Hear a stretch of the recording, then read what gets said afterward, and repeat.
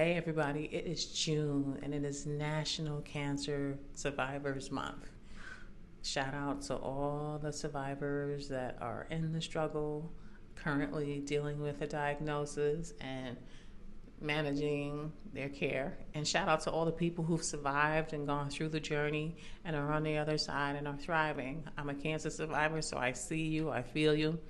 And I wanted to give a special shout out to Stephanie, one of our TikTok followers on Karen's Club. And she asked a question about a particular disease called, hope I'm pronouncing it right, glioma.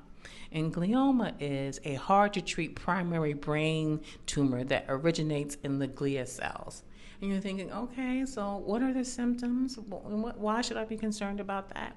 So first of all, some of the symptoms that are apparent or not apparent, because sometimes they can be ignored or associated with another disease of glioma are fatigue, you're really tired, nausea, you're feeling a little queasy, double vision, confusion, cognitive, like I'm not really sure what's happening. I can't remember certain things. I'm not correlating things. Headaches, especially a worsening headache, vomiting, and seizures, especially unexpected seizures. These are some of the really important symptoms of glioma. Who do you see? So the next question is, suppose I'm having these symptoms. What am I supposed to do with this information? What am I supposed to do? So what are the three things you can do if you believe you're having these symptoms or you're experiencing these symptoms? One is go straight to the emergency room because doctors there can perform diagnostic tests, right?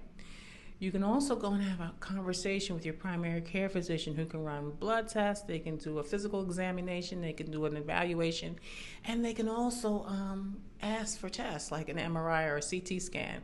And last but not least, because it's the most important person on this who should you see list, is the neurologist. And that's a medical doctor who specializes in diagnosing and treating disorders of the brain, spinal cord, and nervous system. So that is a very important person to see if you think you've been diagnosed with or you're having symptoms of glioma. So if you want to know more about what's happening and the latest updates, the latest treatment options that are out there for glioma, go on karensclub.org. I wrote a whole blog about it. I've given you really good information in regards to some of the latest treatment options and clinical research, clinical trials.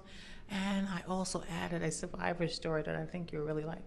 Check out karensclub.org.